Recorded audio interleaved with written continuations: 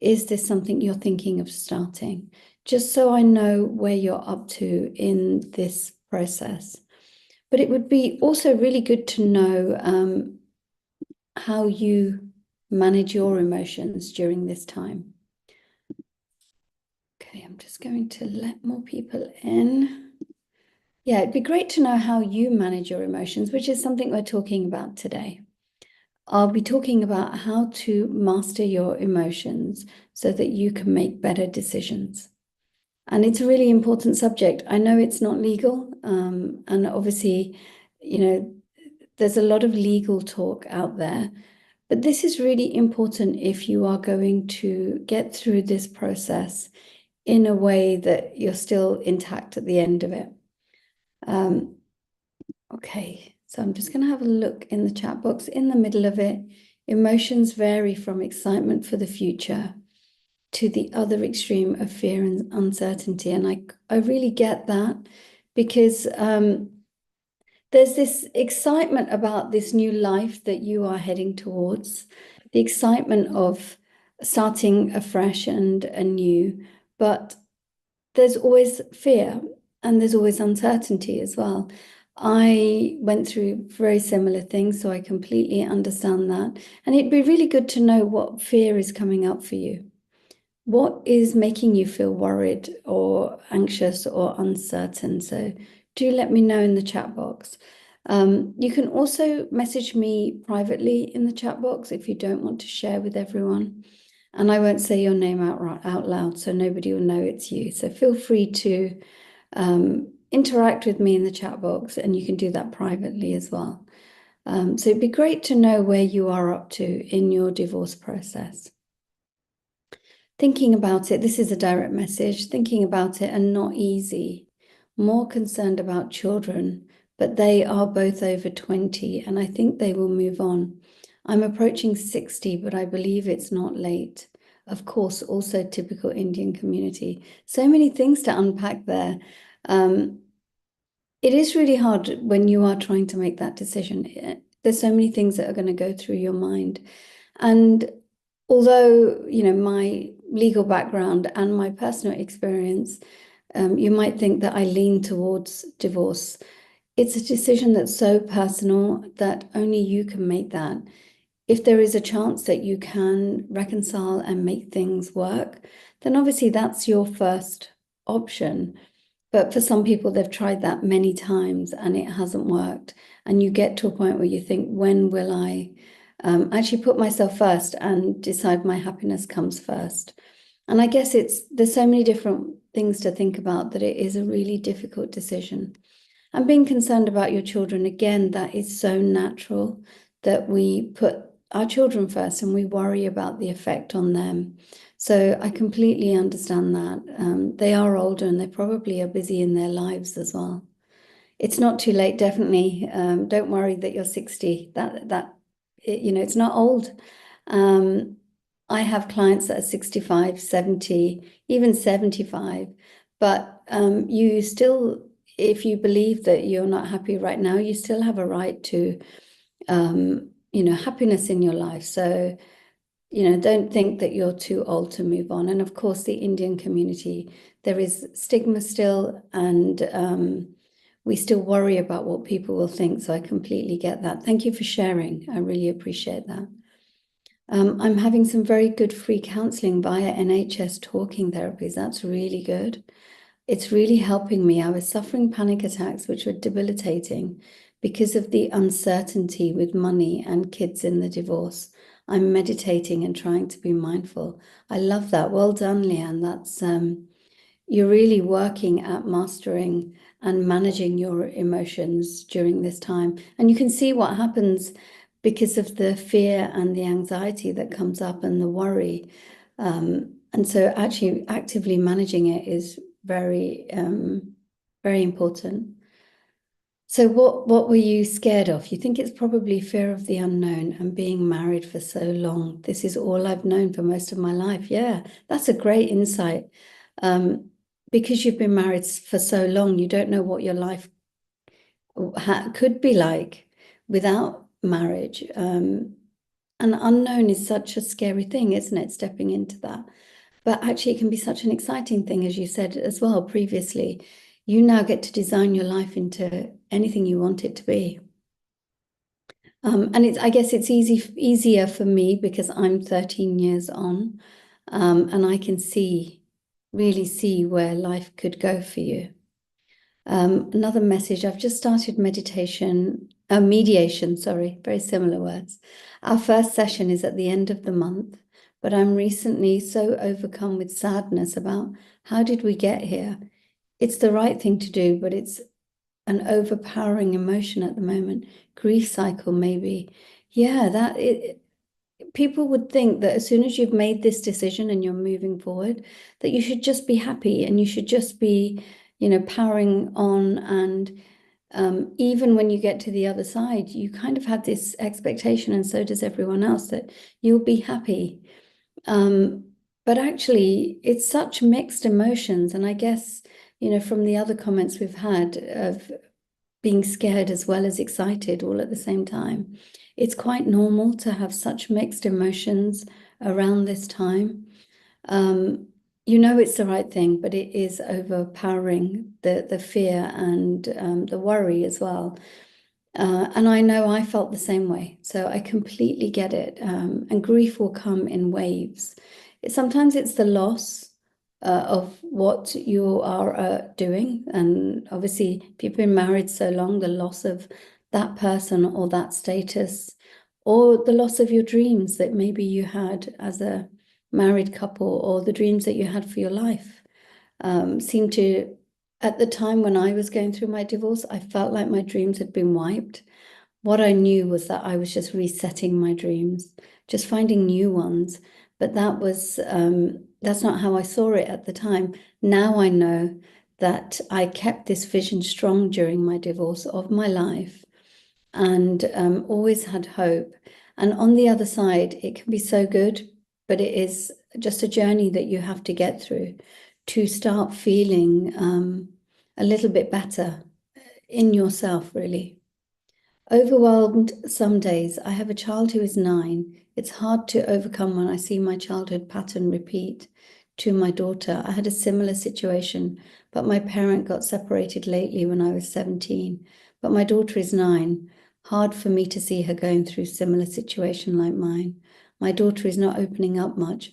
I try my best to ask him to spend time, but really hard. Yeah, it is hard when you've been the child of that situation, and then you're putting yourself in your child's shoes.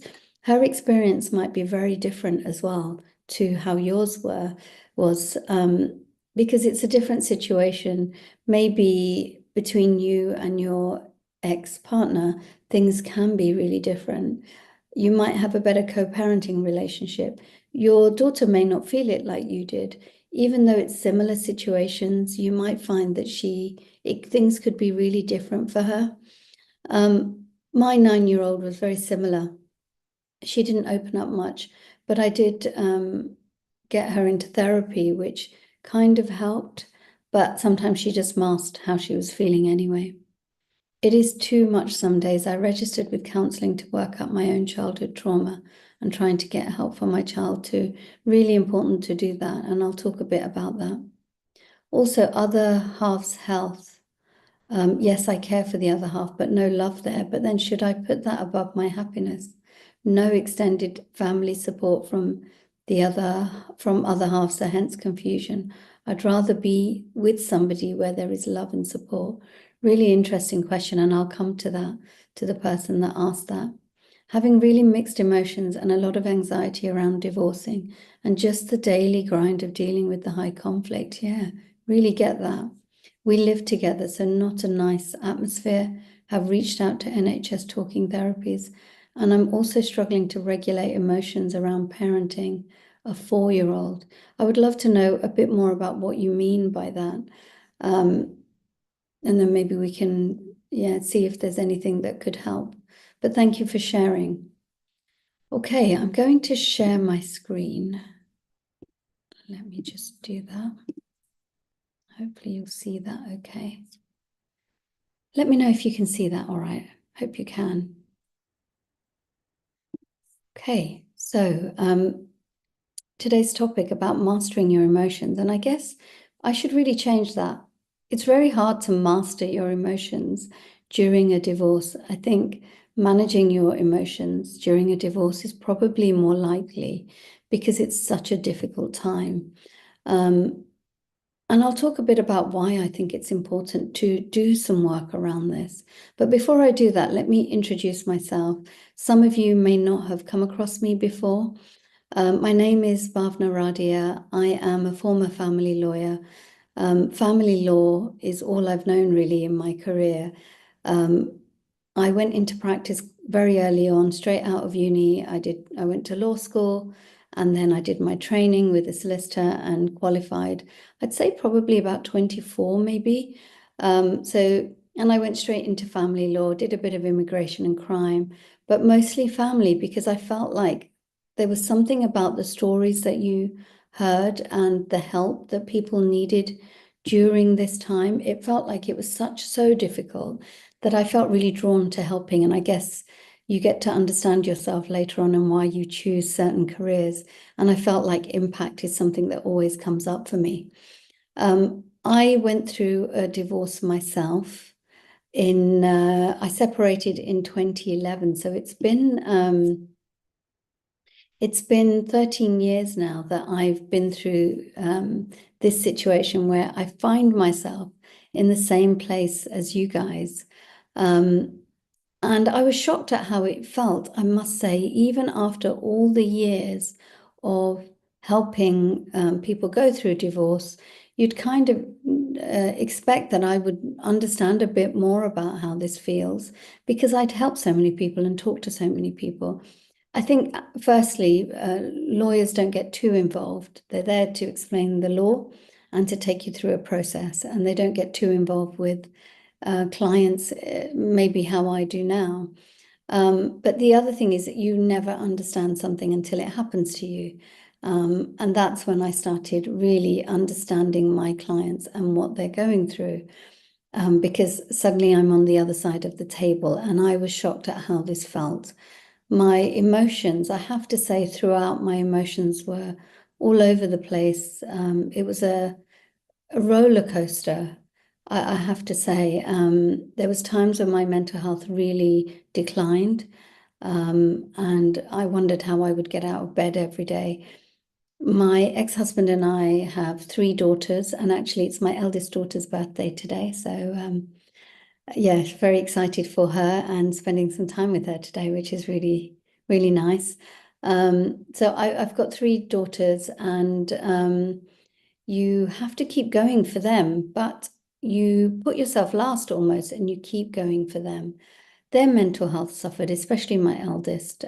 She was 9, and she went through quite a hard time then. The other two, my youngest was 1, so she doesn't really remember a time where her life was any different. And my middle daughter kind of felt, mom and dad both love me, I'm going to be fine. And she was quite relaxed, but she was 5, so it's a bit different when you're 5, 6 years old. So this is my story of divorce. Obviously, I got through it. When I went through it, I had to use a lot of the techniques that we'll talk about today. And obviously, I'm not a therapist, I'm a lawyer. But I've been through quite a bit, and I've helped a lot of clients. And so, although I'll be talking about emotions today and how to calm your emotions, how to keep your mind calm, that doesn't come from me being a therapist. It comes from the different things I tried, the different things my clients are trying, and I'd love to hear from you what you've tried as well. So where am I today? I have been running my business now for quite a number of years. I help people to get divorced in a way that is very different to my work as a lawyer. I feel like it brings more transformation, more empowerment and impact. I have 2 other businesses that I run, and I now live with my partner, and we have a blended family of 5 children. So things have changed massively for me in those 13 years. And I have to say, my children are so pleased that I did this because they can see this was the right decision for me and their dad and for them. And I haven't regretted the decision. It was hard at the time, but when you come out of the other side, you can stabilize, heal a bit, and start dreaming of your life. So, I don't know if that gives you hope. Hope it does. But yeah, it's definitely been a good thing for me. And I hope that if you're going through it, if you make that decision, that it is the right thing for you as well, and that you hold on tight to that vision that you are aiming for. But the reason why I talk about managing your emotions, even though I'm not a therapist, is because it's such an important topic. And some of you have already talked about the things that you're feeling. And of course, divorce is a legal process. We know that there's this legality involved and steps that you need to take and decisions you need to make through this process, whether it is 6 months that it's going to take, whether it's a year, 2 years, 3 years. There is a legal process and a practical process, but there is a change for you, a massive change in your life, in your emotions, in where you thought you were going, in, as I said, all the dreams that you had. There's also a conflict now. Maybe you'd already been going through a conflict during your marriage, but when you step up and say it's over, or when the other person has stepped up and said it's over, that will affect you. That will affect the tension in the house if you're living together. That's going to affect you even if you're not living together, because now you are battling things. Now you've got this fight almost for some of you. Some of you will have this situation where you are trying to get the best for you and the other person's trying to get the best for them. And even if you're amicable, this is not easy. So it's really important to think about how you can manage your emotions. I'll share some tips from what I did. I'd love it if you could share as well with everyone else, because together we can help each other to get through this tricky time in a better way. You've also got a lot of decisions to make right now, and some of you will have already started making important decisions. And that first one is, am I going to get divorced? Is this the decision I make? Or is it that I accept the other person's decision to divorce? There's also other big decisions that are going to come up for you. Do I stay in the family home? What happens with the children? So many things that you will need to think about, decide. Even budgeting, if you've not done that for a while, it can be really hard. The thought of being on your own and managing children, life, the house, sometimes just being on your own without another person. Even if your relationship isn't good, you know that other person's there. Even that is difficult to think about. So because this is a hard process to go through and a challenging time, the work that you do around your emotions, your mental health, how calm you feel is really important. So that's why I talk a little bit about this. And especially if you've got somebody who is difficult on the other side, who has narcissistic traits, who doesn't want to disclose, will just make your life difficult. Even more important that you work on some of these things. And I know the problem is we probably don't have time. I know that when I work with clients, I give them quite a lot of homework. There's a lot of action points. There's a lot of things to consider. You're probably working, managing children, managing the home, managing the conflict with the other person. And then I'm saying to you, add some extra to your day. But actually, it doesn't have to be lengthy. It doesn't have to be an hour's yoga in the morning and then, an hour's meditation in the evening. You can keep it really small, but just something regular that you do that can help you calm and process emotions, really. So what can you do? And there's lots of different things, and I'll only talk about a few of them. But anything that can calm your mind. What helps you calm your mind? That's the important thing. What techniques could you use that can really help you for 5 minutes, 10 minutes, forget about what's going on and really just concentrate on calming, clearing thoughts, or anything like that. So lots of people use deep breathing techniques, and there's lots of them. Really good, because then you're focusing on your breath. You are taking nice deep breaths. This is calming. It's good for your body. It's good for your lungs. and it means that your focus is elsewhere for a short amount of time.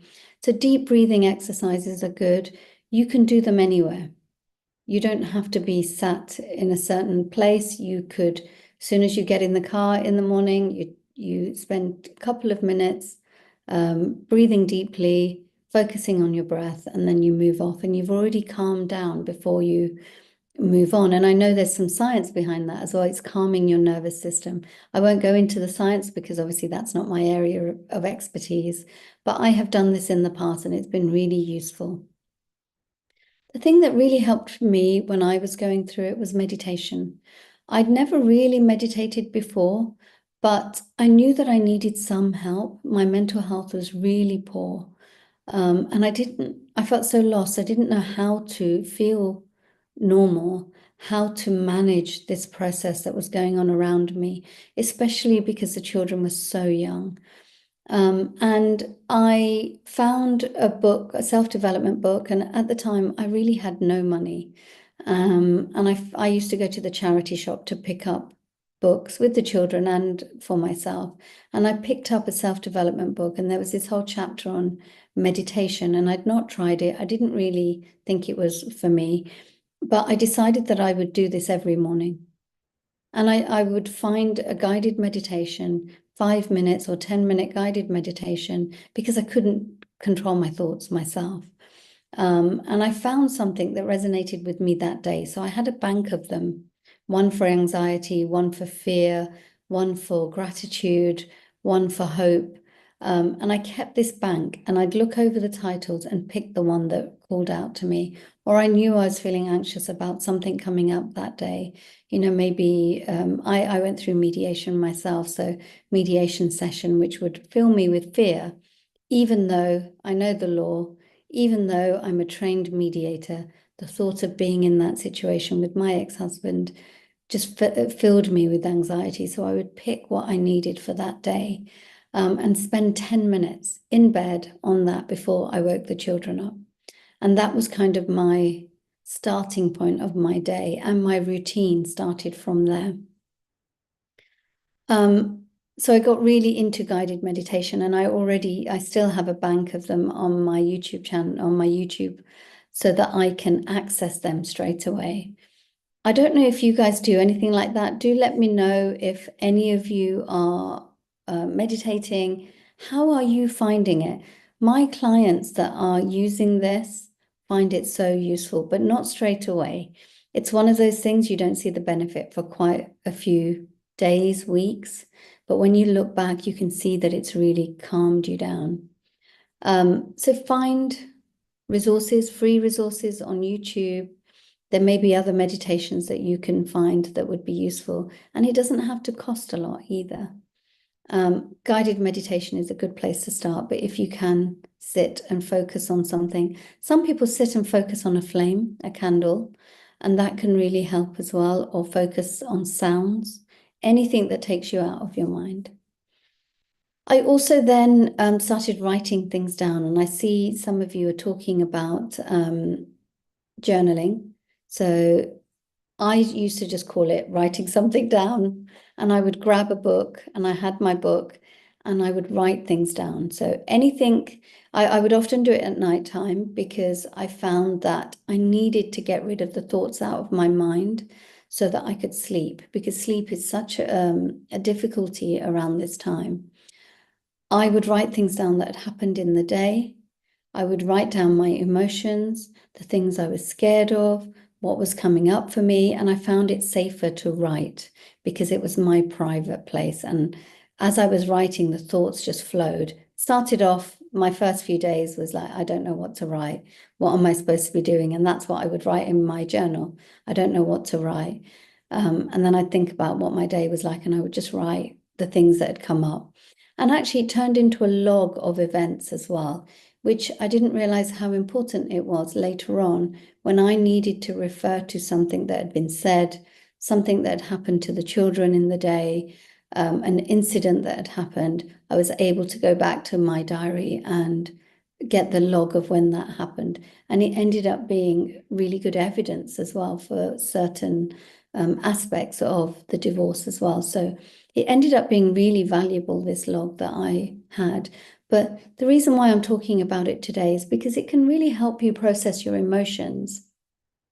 And I still use this, not every day now, but I use it when I can feel something coming up, or I'm going through a challenging time, or I can feel some doubt or fear come into my mind. And sometimes that happens when you are going through change, when things are challenging. But even for me now, sometimes when I'm doing something that's obviously positive and it's moving me forward towards the goals that I have, fear can come back up, and fear will always come back up for me in those times. But I have to see the fear and move through it, as long as I understand and it's a calculated risk, for example. But I see that coming up and I'll write it down. So if you could spend 5 minutes writing down your thoughts, your fears, your worries, all the good things, the gratitude in life as well. 5 gratitudes every day before you go to sleep can really change how you're feeling. And I did that at nighttime, but I also did it in the morning, because I would wake up and I couldn't think of anything to be grateful for. And it was such a struggle for me initially. And I would say the sky is blue, I can hear the birds singing. And I didn't do it from joy. I just wrote it because these were facts to me. But slowly, the positivity started coming back. I would say I'm healthy. The children are healthy. My children live with me. I've got a roof over my head. And I could feel some sort of positivity coming back.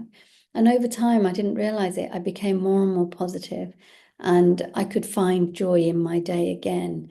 And that just came from changing my mindset from time to time into that gratitude mode, because at that time, I didn't remember the difficult time I was going through. So something like that can really help you. And actually having a plan for where you're going to do these things can help. So I did them in the morning and in the evening, because that was quite good for me. While I was writing, I would just end with my gratitude and then go to sleep. So that was quite a good thing. And the positive mindset still keeps me going now. So think about if you could add something like that into your day, even 5 minutes. So everything that I will tell you, you can do for 5 minutes. My morning routine was about 20 minutes in the morning. So it wasn't that long, but that also included just getting up and doing some movement. Any movement is great for you during this time. It doesn't have to be, lifting weights if that doesn't make you feel good. For some people, that's a brilliant thing. It relieves stress. For others, that's not going to fill you with any joy, really. But any type of movement is great. I have to say, when I was going through this and my ex-husband still lived with me, I used to go out for a walk in the morning before the children woke up. So I would be up and out and just walking quite fast, feeling the sun, feeling the air, and it made me feel great. A 20-minute walk, 10-minute walk, just listening to music, listening to something uplifting, sometimes even a podcast, and often listening to nothing and just hearing the sounds of the world, which was really calming. But if you can get into nature, that's very good. It's very calming, and that will really help you. And I can see someone mentioning Louise Hay, her videos do help. But whenever I listen or have to work on child maintenance and finance, it hits hard again. But at least for a period, you're relaxing your mind so that you can come back to these difficult things. So think about, what can you do? It doesn't have to be exercise or even walking. I started running after a while because that made me feel free and away from everything. But actually dancing in the kitchen with the children with loud music while we were tidying up was quite fun. It was movement. It shakes how you're feeling. It changes the energy. Anything like that can really help. So think about, is there something that you could add that is movement? It may just be dancing, which actually being out dancing was something I loved. Loud music, dancing in the house, just music has this thing for me and I absolutely love it. So see what could it be for you, and it doesn't have to be an hour's class. So don't think that that's what we're looking at. Is there anything that brings you joy as well? So think about what brings you joy. what makes you happy and find some time to do some things that make you happy. Is it hanging out with friends? Is it going to a concert? Could it be some hobbies that you've forgotten about, but actually you want to take that up again? Maybe sewing or art. Some people like cooking or sports. For me, sports was something I found again, and team sports, which really brought back some level of socializing as well. I did, because I struggled to sleep, and I don't know if any of you are struggling to sleep. I started having a long soak in the evening when I'd put the children to bed, with some lavender oil and some candles. And I would just sit in the bath because I knew that that would help me relax. And for some reason, that shifted me out of the insomnia that I was going through and really helped me sleep. And I started finding joy in that rather than finding it a chore after a while. I was back reading again whenever I could pick up a book, whether it was personal development, which I seem to find quite a bit. I picked up some books, and in the middle of the night, if I woke up feeling anxious, distressed, I would literally open a page in the book, any page, and I would try and find something in that page that would call out to me and help me feel better. And I still have that book as well, and I still keep it next to my bed. So that book that helped me through is there, and that reading kept me going. And you're going to think so many things. You're telling me about so many things to do. How am I going to do it? I've got work, I've got this, I've got that. We do waste a lot of time doing not much, maybe scrolling, looking at messages, checking emails. And even 10 minutes in your day, if you can find it, 30 minutes, will make such a difference. And by prioritizing yourself a little bit and doing some of these practices, you will be calmer. You're going to be more productive when you've got finances to sort out or difficult conversations to have, or you know there is an email sitting there from the other person waiting to be read and dealt with. Sometimes just calming yourself down, breathing into it, knowing that, it's something that is going to be manageable. Something like that can really help you deal with that difficult email, deal with finances. So think about these habits and what you can add. Don't add 10 things in tomorrow. Try one thing at a time so that you're not overwhelmed with all these habits that we're talking about, because that can lead to overwhelm as well.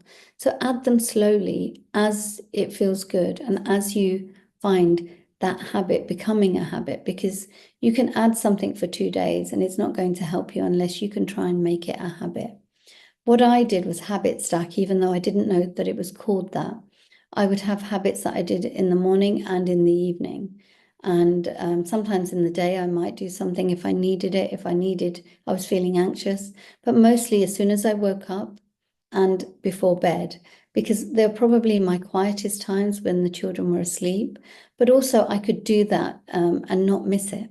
So I could do my meditation in the morning. I could get a walk in. I could do some writing or some gratitudes. And same in the evening. I could fit those things in. You don't need to do a lot, but try and do a little bit. Some people would do, say, some exercise when they make a coffee. You can get these 7-minute exercises. You're squatting and whatever very quickly, so it doesn't have to be long. And you just do them alongside something else you always do. You can get a notification or a reminder on your phone, but take it a step at a time. It's really important to habit stack slowly. But the second thing here is take it one step at a time. You've got a lot to think about and it's really overwhelming. And when you think about everything, when you think about I've got this to do and I've got that and I've got finances and I've got maintenance and I've got all of these things, suddenly your head is going to blow up. There is no way you can physically manage all that in your head. It might be that you think about what you need to do this week or what thing you're working on. Say, for example, Form E. Some of you may have come across a Form E. It's 28 pages. It's quite complex. There's a lot to do. And what I ask clients to do is to break it down into small steps. If this thing is meant to take you, say, 2 months, what can you do slowly every week to break that down into a document that you've completed in that time. So it may be that this week, all you're going to do is ring the estate agent and book an appointment. This week, all you're going to do is download bank statements for these 3 bank accounts. So you start making it more manageable. Decide what you will do daily. It might be a 2-minute task is all you need to do today, and you've shifted the needle so far. Whether it is you need to get your mortgage capacity, whether it is you need to put an application into court, whatever it is, make them small bite-sized things so that you can really manage what you are doing. I like having small actions. I like knowing that the big picture will come, but you've got small actions to do today to get to that big picture. The other thing that really helped me, and it's something I still do, is learning that actually our thoughts will overwhelm us.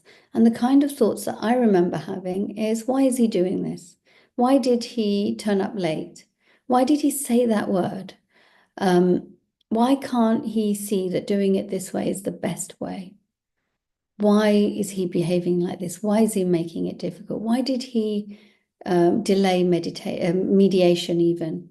So many things. And I was so focused on the other person and their behaviors and the things they said, the emails that I received, the way, why did my mother-in-law do this? And my sister-in-law, I can't believe she did that. And that consumed me. And I don't know if that comes up for any of you. Let me know if that is something that comes up for you. But this stuff doesn't help you. It just fills up your mind with stuff. This is stuff that you cannot control.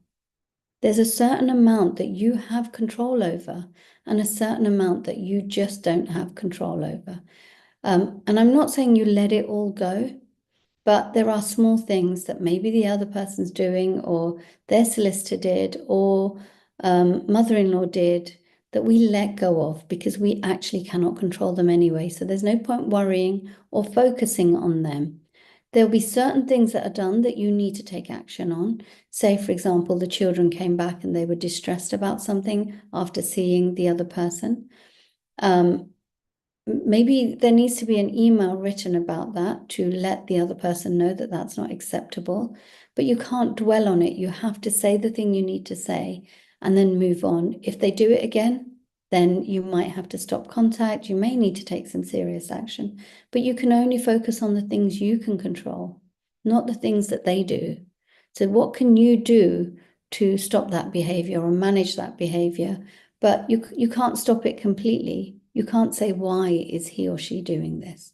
Because that's not in your control. So think about the things that you have control over and focus on you and your journey, not on the other person's journey. We put so much time, effort, energy into the other person and what they're doing that we forget to put energy into what we're doing to manage our mindset, to push this forward because we're so busy looking at them. So just something that I've seen with clients and with myself, that this was such a problem for me. Expectation is also a big thing. We expect them to behave this way. We expect his or her family to behave this way. We expect our parents to behave this way. And expectation is such a difficult thing. And sometimes letting go of expectation can really help as well. Why is expectation? I'm training my mind to say it is expectation. I don't need this anymore now. And I say to myself, my priority is different. Yeah, let go of expectation. Let go of expectations of you, but let go of your expectations of everybody else as well and the other person. The other thing you can do to really help yourself during this time is to prioritize what your goals are. Sometimes we don't know where we're going. And that can cause a lot of anxiety. What is important to you in this settlement? Have you done this exercise? What are your plans for the future? How do you want this to be? What are your priorities during this divorce? Think about how you want your divorce to be, what the plans for the children could be, finances. So examples of priorities that you might have is a good co-parenting relationship for the sake of the children. And that was something I definitely wanted. And I managed it at some points, but there were some points where we certainly did not manage a good co-parenting relationship for whatever reason. And then we were slowly able to bring that back. Sometimes we hope that our divorce is going to be amicable, and we're shocked when there's a bit of conflict. Things get confrontational maybe, and then you've got to work at getting it back to a level. And it goes up and down. Things will be good, they'll be difficult, they'll be bad, they'll be good.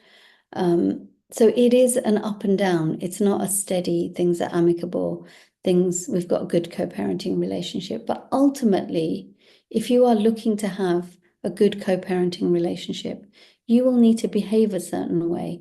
You'll need to do things a certain way. You'll need to communicate a certain way. So this will really help you deal with the things that you need to deal with.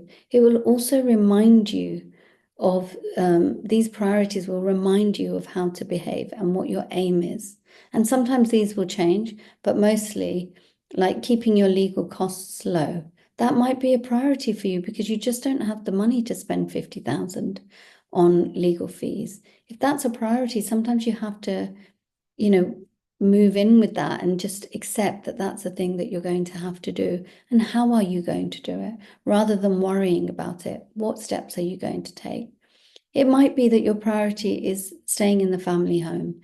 And lots of people will contact me and say that that's their priority. If that's your priority, it's understanding how that could happen, getting clarity from a legal aspect, getting clarity from your finances. Is it possible? I have a client that just recently finished working with me, and she had this amazing change the lock ceremony, which at some point, with her permission, I'll share. She did a ceremony to change the locks of her family home when it was transferred into her name. And I remember the first day I met her, she cried. She only looked down. She was sad. She was scared. And when we first started working together, she said, I want to keep the family home, but I don't think it can happen. I know it's not possible, but that is a priority. But I'm just going to give it up because it's not possible. And she had this change the lock ceremony, which I've never seen before. And I was so happy for her because that was a priority. We had to work hard. We had to be creative, but she got there. And that was her absolute priority. There were days where she thought she wouldn't achieve it. And there was days that she, celebrated the next step, and every step we celebrated. So, keeping these priorities strong in your mind, keep that vision of where you are going strong in your mind. When days get difficult, that vision, you have to hold on to it. And take steps towards these goals as well. So think about what you could do. And obviously, realism, we talk about being realistic. You can't fight every battle. You're not going to win everything. You're not going to have the strength to fight everything. Decide on your priorities. So sometimes when I see clients, I will be talking to them about, say, a proposal. And what I always say is let's make sure we agree these top 3 things. But what about all the detail? And I want this and I want that. Yeah, but let's fight these battles first. Once we've got these battles sorted out, we can deal with those other bits. Because sometimes when we put too many things forward, you won't agree any of them, but you can't fight every battle, not all at the same time. And there'll be certain things that you need to compromise on. There'll be certain things that are non-negotiable to you, and you will fight on those. And there'll be certain things that you think, okay, well, there's some movement here. I can compromise a bit on this one. So think about the cost of fighting every battle, the emotional energy, the mental health issues it could give you as well, trying to fight everything. Be realistic. Going to court isn't justice always. It doesn't always give you your day in court and you feel great. It's a real slog.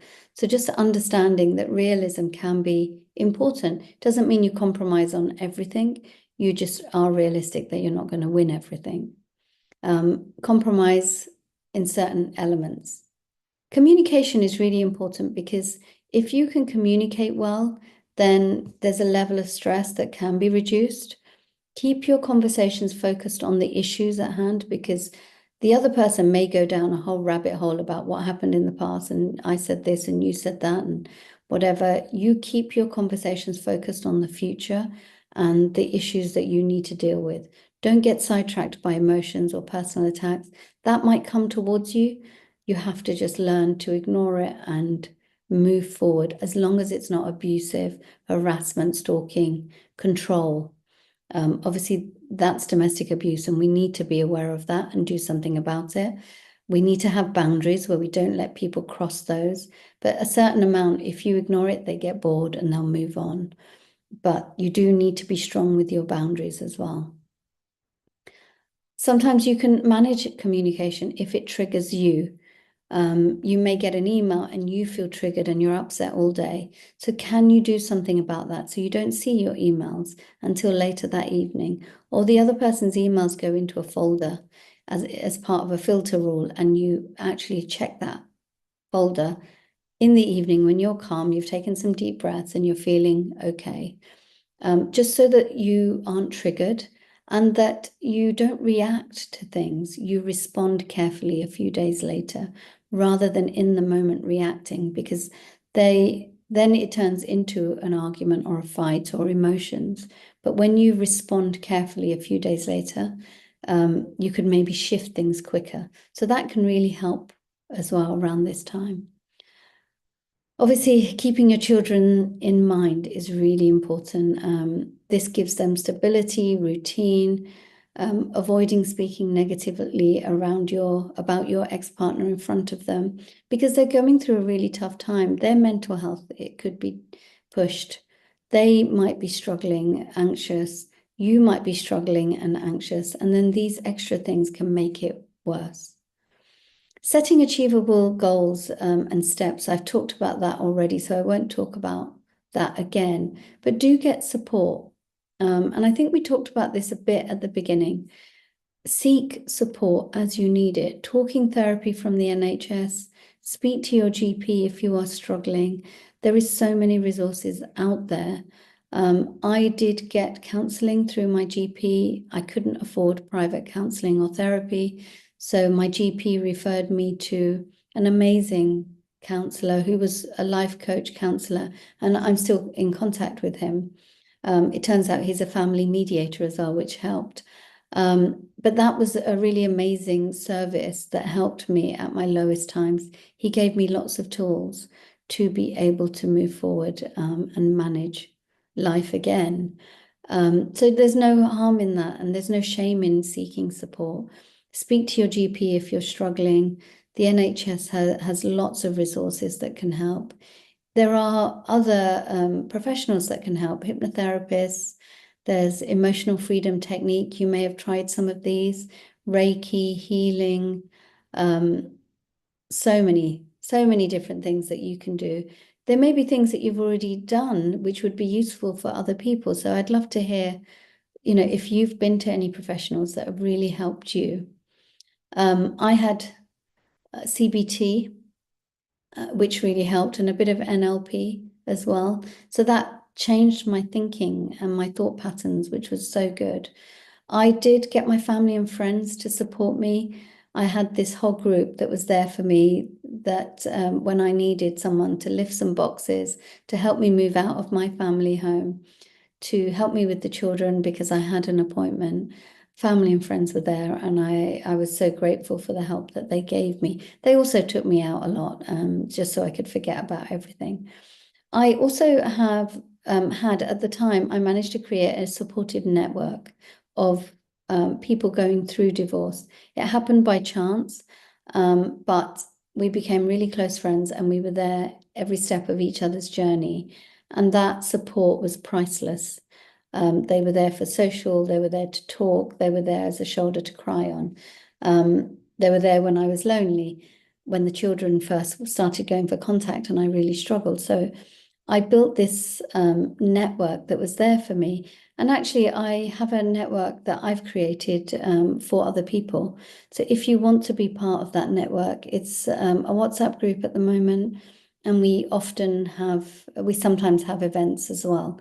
So if any of you think that might be helpful, then let me know and I can always add you. But having this support network is really important. And professional support from legal point of view as well. Mediation, financial advisors, mortgage brokers. You need a team around you during this time. As they say, it takes a village to bring up a child. And even for your divorce, you do need a village to help you. And don't be shy to ask for that help. But do remember that everybody's situation is really different. Everyone's divorce dynamics will be so different. What battles you choose to fight will be dependent on your circumstances and will be different to somebody else's circumstances. But by focusing on the habits that I talked about at the beginning, focusing on your goals, considering cost element, what is important to you to fight, what you're happy to let go of, taking these actionable steps, you can make really good decisions around your divorce. You can come out of it not completely, untouched. It is a difficult time, but you're on that journey of healing and moving forward and, really creating that vision of your life and stepping into peace and joy, whatever it is that you see on the other side. And sometimes I do say, journal on what you feel and see on the other side for you, because it's so powerful and you will get there. It's a matter of time. So I hope that's been useful. But I know that we're a bit short of time, so I'm going to just move on to how you could work with me, because I don't talk about it too much, but it's good for me to just give you an idea of what I offer. It's a support program. You get 6 months of my support and guidance. It is in a group because actually that supportive community can be there for you as well. So it can really help you to have that group around you. But it is my support that you get from a legal point of view, from how do I tell the kids? How do I manage this emotion that's coming up for me? How do I deal with the overwhelm of divorce? Everything that you could possibly think about, we talk about. There is no limits on what we talk about because you need help on everything. You are not just a legal process. This is more than that, and you need help with more than that. I do help you with correspondence, communication, what to say to the other side, documents, your divorce application, financial proposals, settlements, negotiation, what happens once you've reached agreements around the children, the finances, and what other experts do you need? And I can share my little black book with you of people that I trust as well. So that's a little bit about how I work.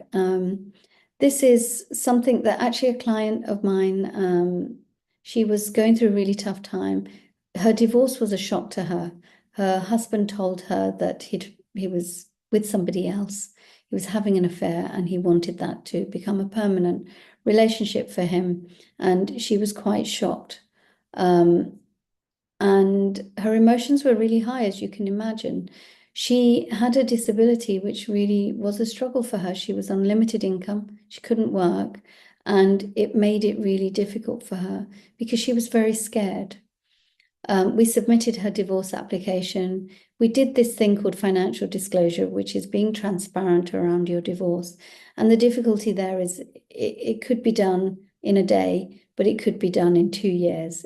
Financial disclosure is a very tricky thing, and people don't realize how difficult it can be. We prepared 4 financial proposals through the information we had, bearing in mind her priorities. And I supported her with negotiations. So every time the other person came and said, well, I'm not happy with that, what about this? We adjusted her proposals, looked at the benefits. I looked at her short, medium, and long-term plans for the future. And we worked through negotiations together. I was able to give her a sense check on what truly was her entitlement and what she needed to be able to be stable and safe and manage financially. So, they got to an agreement and the financial order was sealed by the court, and she got her final decree at the end of that. And this is something she said that, she feels I was an inspiration. every woman has the opportunity to prosper, to be the master of her destiny and the heroine of her story. Her group sessions are a lifeline for me to meet like-minded women in a safe, secure environment. Thank you. There is darkness, where there is darkness, a glowing light always shines brightly to show one the way onwards and upwards. So that was her beautiful words, which I really appreciated. And I've got lots of testimonials like that. So if you would like to find out more about the program, do reach out. I will ask Nelma to put the link to book a call in the chat box. So feel free to book some time with me and we can talk about whether the program is right for you.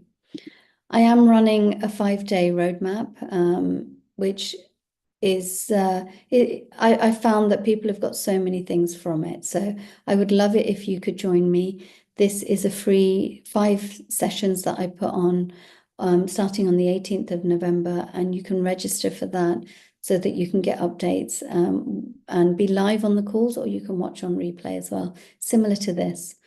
Nelma, thank you for that registration link in the chat box. You're quicker than me. I have a divorce planner, similar to a wedding planner, but slightly different.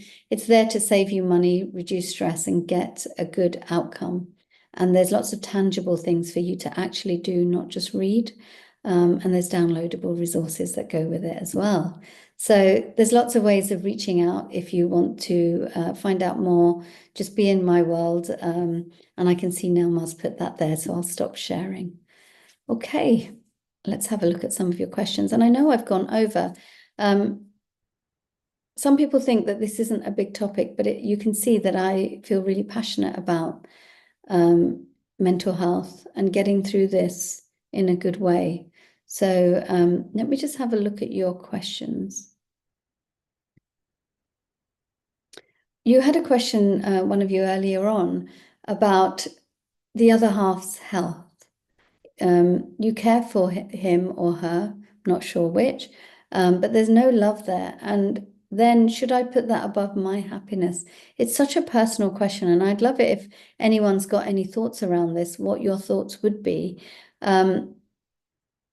But sometimes where there's no love there, you can be there as a friend, as somebody who's got history, but the other person may realize that you're not happy and you don't want to be there. But I do understand when health is involved, you might feel an obligation. It's a very difficult question, really, to answer because it's so personal to you. The other person does not have extended family, so they may be alone with their health struggle. So I completely understand why you are confused. I'd rather be with somebody where there is love and support. And I completely get that. Do you think that your ex-husband or ex-wife will feel the same? Would they prefer it if you were honest and said that there isn't any love there, but obviously I'm worried about your health? What do you think they would say? Would they feel that you should be with them anyway? Would they prefer it if you were honest and were able to find happiness? It's really a discussion that you could have with that person, and something that you need to spend time looking within, because it's not so simple. Regarding finance, I used to be the breadwinner and supported his business. All of a sudden, the betrayal couldn't bear. I find myself down when I know I've been dumped, lost love, all my energy, and now look back, what did I do all these days? Yeah, it's really difficult, isn't it, when you've been the breadwinner and supported his business, and then suddenly there's something where they betray you and the hurt comes back and you think all of these things I did for you, and now you've betrayed me and I'm being dumped and rejected. But with every ending, there is a new beginning. And sometimes that new beginning, it can really change your life for the better. Obviously, I don't know your situation, so I can't say whether, how things will go, but it might be a good, exciting new beginning, something that is going to be, making you fly again, just like you felt you did at the beginning. Maybe there was already issues in the relationship, and that's why there was that betrayal. And you will get that energy and that love back. Maybe it's just not with this person anymore. So again, a really difficult thing. And I really appreciate you reaching out to the other people in on the call, saying that you're going through something similar and you're happy to support each other, which is brilliant. How did I build the trust? Really interesting question. So me and my ex-husband aren't friends. We have 3 children together, and that's the only connection we have. Trust takes a long time to build. There'll be times where I felt disappointed in certain actions again, and it would take me time to build up to feeling like I could trust him again. But I also recognize that we both do things very differently. And that's why maybe we're going through this. My expectations of him aren't, it's not right for me to have expectations. He's a different person. He's got a different view of life. He's got a different view of parenting. My view of parenting being so different from his, I used to judge him.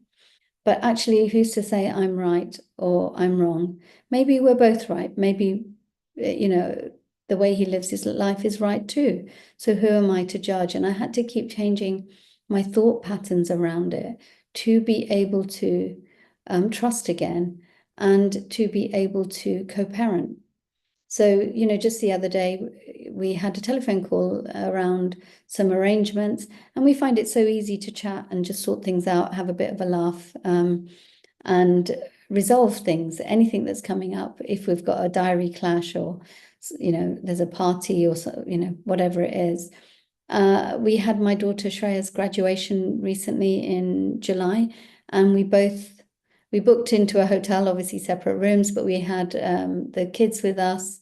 We were able to share a dinner the night before, have a few drinks, have a laugh with the children, have the graduation the next day, and be standing tall and proud as her parents with her, next to her, without that animosity. And we had a lovely day. We're not friends. It's not something we would do ordinarily, but for our children, we have put away the bitterness, what's happened in the past, our own thought patterns, to be able to stand together. So it was hard. I'm not saying it's easy. It's a really tough thing to do, but I'm so glad that we're able to do it. Really interesting question, the next one. Now that you look back, what's the best action that you took to support your daughters? Any recommends for children in terms of support? Depends what you mean by that. What was the best action I took? At the time, I couldn't see it as the best action. And I fought to not do this, but I did sell the family home. The family home was coming to me. It was part of the settlement that I would keep it or sell it or do whatever I wanted with it. But it was something that I was going to keep, and I really wanted to keep it, and I really wanted to stay there. And I would dream about it at night, and I would see myself living there. And I almost tried to manifest this thing happening. And I just couldn't understand why it wouldn't happen. But I knew that I would probably need to do 2 jobs to be able to pay the mortgage, which was at that time standing at 500,000. To manage that on my own, I probably would have been back in practice and working weekends. But, in practice full time, I would be doing 40, 50 hours, bringing up 3 children full time, because actually he didn't see them very much at that time, as well as doing a second job on the weekend. How was I actually going to manage it? But I was so clouded by my emotions around the family home that I just couldn't see anything else, until there came a point where my eyes were opened, and I made that decision. How it felt so hard to do. But actually, the moment that we closed the door on the property, I felt so much lighter, because I guess he really wanted the family home as well, and this stress of how I was going to keep it. So in hindsight, that was one of the best things I did. I bought my own home. I was able to settle, stabilize, take some time out, and not be working, I don't know, 70, 80 hours a week, which was probably the best thing for me and the children, but I couldn't see it at the time. It's the things she mentions, the things she notices. She comments on how he sleeps in another room. She's clingy to me and wants me to be with her more. Just these things weigh heavily on me, and whether she is going to be okay. That's where my emotions fluctuate. It's really tough, because you will put your children absolutely first. But I've had 3 children go through this. with various ages, and I can say that they're happy, healthy. I thought that they probably wouldn't study, that their mental health would always be terrible. They would hate me for what I've done to them because I made the decision. And actually, none of it was true. They were fears in my mind, thoughts in my head. I thought that it was absolute certainty that I have affected them. They are well adjusted. They see their dad, they see me, they've made their own minds up about who we are as people. They are happy in their lives. And maybe they've learned a lot about strength, about sometimes things are difficult, challenging things come, but you will get through it. You're going to be fine. But also, life changes.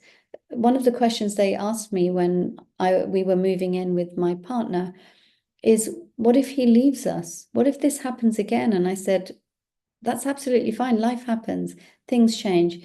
If he decides that this is no longer right for him, I'll let him go with love.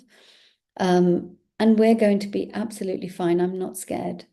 I'm not scared of living my life with vigor, really, and not scared of these situations because, yes, it will be sad, but nothing bad's going to happen. We're going to be fine. And I want to teach them that relationships can be good and change can be good. And it's difficult when you're going through it, but they're all lessons. And actually, being with her, spending time with her, talking to her, she's quite young, so it's difficult, but just making her feel assured will really help, but it will pass. I've been managing financially without him for the last couple of years, but the emotional bond is missing all these days, and thought things would fix and trusted him. Building trust back is hard. I do journal a lot to overcome my fear. I try affirmations to give me quick relief. Yeah, really good. Bless you all who go through this tough phase. There are lots of meditation apps available. I do it in the car on the school run. Brilliant. I have lots of videos on YouTube, just self-development, changing your mindset, anything that is going to change my energy and my positivity. Meditation is wonderful, but consistency is hard at this time. Anxiety hits hard. Wake up in the middle of my sleep. I think everyone does that. Due to unknown legal stuff and betrayal feeling, it's hard to forgive the situation. I keep affirming that I will thank this situation in the future. Yeah, absolutely. And that's what I did. I knew that I had to go through this journey for whatever reason, but I will come out of it and I will be absolutely fine. And I'm so pleased that I am happy and the children are happy and he's happy as well. So there are good things on the other side. All these years, I try hard to build trust and moved on with life. After the childhood trauma, thought I found someone who could fulfill my longing for love. Okay, I'm grateful to this life as it teaches me everything in one go. I still believe that life is trying to put me in the right place, but gaining back trust is hard.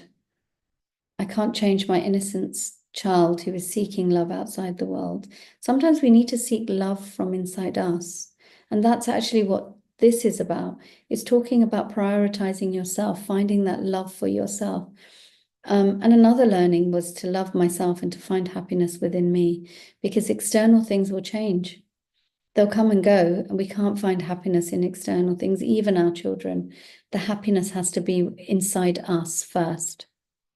I actively do martial arts and keep my mind focused, and also generally 3-4 times a week I go out in the evening for a long walk, which helps a lot. That's really good things to do. Yes, my emotions go up when I see messages and email. When no fairness, it hits hard. How to overcome when they say something and don't follow, even after proper communication. So don't expect that they will follow what they've said. I have no expectations. I always prepare for the worst and hope for the best, but I don't expect that they will behave or anyone will behave a certain way, because that's where the upset comes from. Did anyone go through divorce online? How do you deal with divorce online? Do you help with that? Yeah, absolutely. That's part of the work I do, is to help you with anything that comes up. How do I manage my emotions when I talk about my past? Really interesting question. All the hardship to overcome your emotions. I guess over time it becomes easier to talk about. I found it hard to talk about it at the time. I probably would have cried a lot if I was talking about it then. Some of my story is really tough. You know, we went through a period of homelessness. I had to get an injunction. You know, we went through some really tough times, but everything is there to teach you, to help you to grow. Even in those toughest moments, me and my girls held each other. And if I didn't have the strength, they would say to me, it's going to be all right. Even though they were so young, they would keep me going. And in that difficult time, we found a connection and a bond that won't break.